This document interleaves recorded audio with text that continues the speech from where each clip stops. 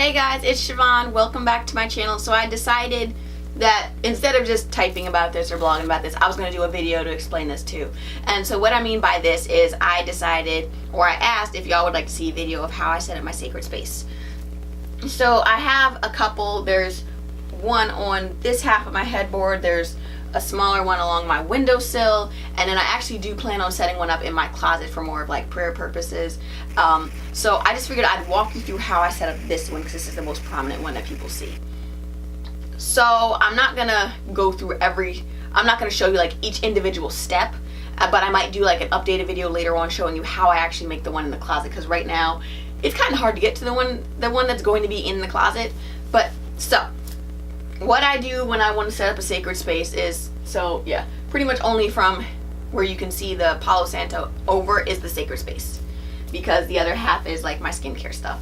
But so what I end up doing is I'll go through, and the first thing I do is figure out where I want it, and then I'll set my intention. So this one, I just want like positive energy overall.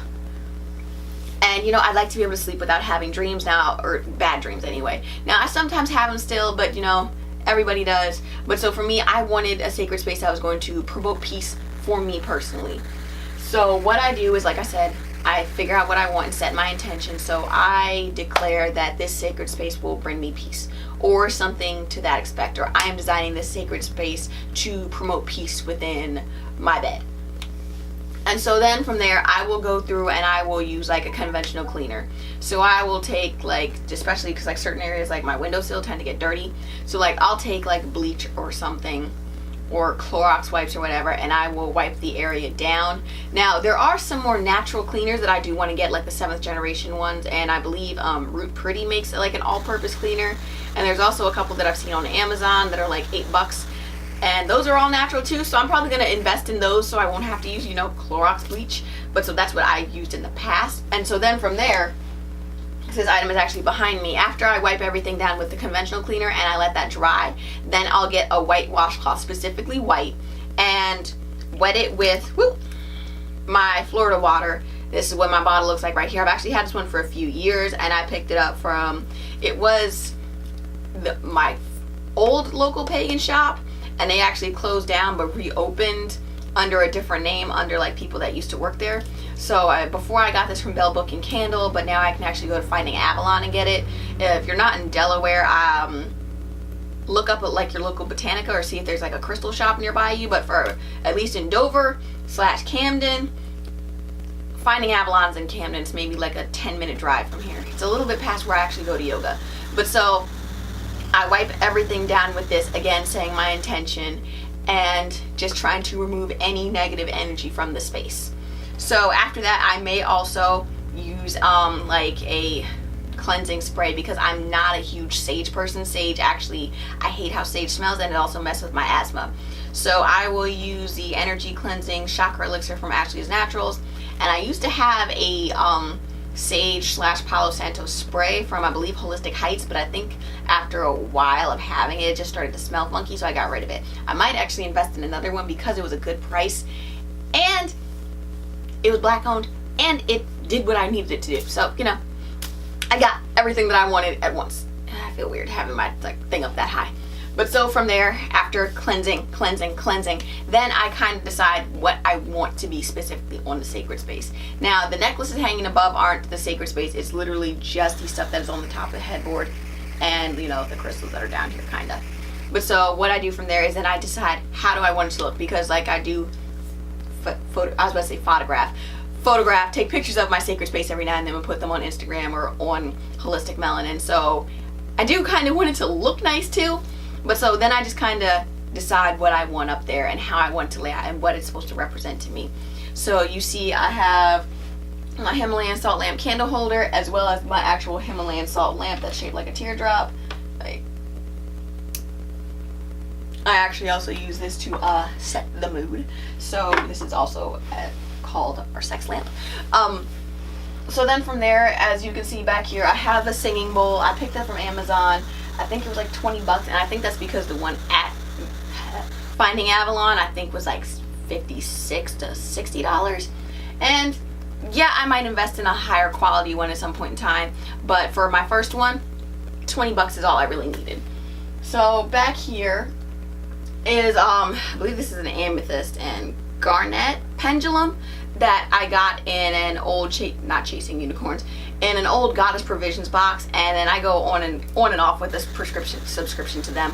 So this came in there, and I have used this before to ask questions. You literally charge it, and then I write on a piece of paper, yes, no, maybe, or I'll write down numbers or whatever I need answers for, and I'll hold it over it with my non-dominant hand, so my left hand, and I'll ask my question. And trust me, if you've done this, or you feel it, or you'll feel it move. Like, you will feel it tugging you to the answer you want. But so I'll stick that back here. And then I also have like a little abalone seashell, which I'm supposed to be burn sage in for cleansing my space. But again, like I said, I don't like sage, so I just like burn like one leaf every now and then. But I have to have the windows open and everything. So then I have these two little, they're actually not coasters. What is the word? I can't think of the word that I'm looking for. But they're, you put pots and pans on them to keep them from burning your countertops.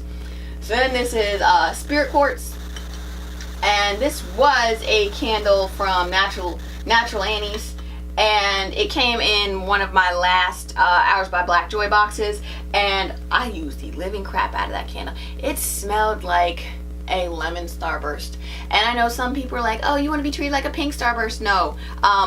In this specific order, I don't eat the oranges at all. They go in the trash, or I give them to somebody. Then it's pink, number 3, then yellow, then red. If you're gonna treat me like a starburst, I need to be the cherry starburst. So then from there, I have a I can't think of, it's specific. It's one of those candles that you can kind of see that is supposed to help like for a certain thing. It's like a Reiki infused candle, and I can't remember exactly what this one's for, although I do know the prayer that goes with it is somewhere around my floor. And then over here you see I have 2 sticks of Palo Santo. One actually goes in the box with my crystals, which is this one.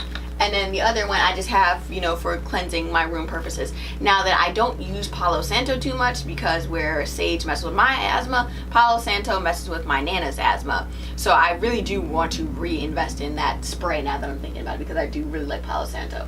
And then this back here is actually, I guess it's a regular salt candle holder, whereas this one's the Himalayan pink salt. This one's just regular salt. I didn't know it was salt originally.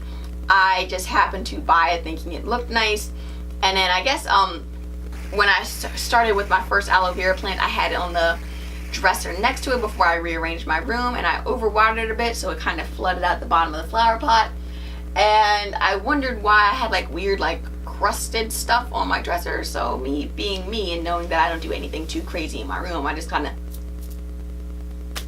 oh, it's salt. So where the hell did this come from? Oh, this is salt. Yeah, I licked my candle holder, y'all. Just don't judge me. Don't judge me. And then this is jojoba oil, which is supposed to be further over. But yeah, so this is really like the edge of my sacred space that's up on my dresser. And so again, you just make sure you put everything oh, and of course my diffuser. And the one piece of jewelry that's there that's not supposed to be there, but whatever. So I just, when I need anything, I kind of just, sit at it, think. I may pick something up off of it to try to, bring that feeling specifically to me. But yeah, this is really how I design my sacred spaces. So same thing with the windowsill one, even though the windowsill is more just for my incense and to grow my aloe vera and a candle and some crystals every now and then so they can get some sunlight. But for me, the one on my window is not really designed for anything. I just know it's for my crystals, it's for my, I get the good vibes from the incense, if that makes any sense. So it's not really where I have to set something with an intention or a purpose like the one up here. Now the one that I'm going to make in my closet, like I said, I am planning on designing that one specifically for, prayer, whatever you want to call it. So that one will have a specific purpose. Ooh, I feel like I can't talk today. And that one I am going to design specifically, and I will probably actually do a video of how I do that one when I get around to it. But I need to actually go through, get rid of clothes and things that no longer serve me, and yeah. But so I hope you guys enjoyed this little in-depth thing on how I create my sacred space, and look forward to, or keep looking out for when I actually do the one in my closet. Until next time, bye guys.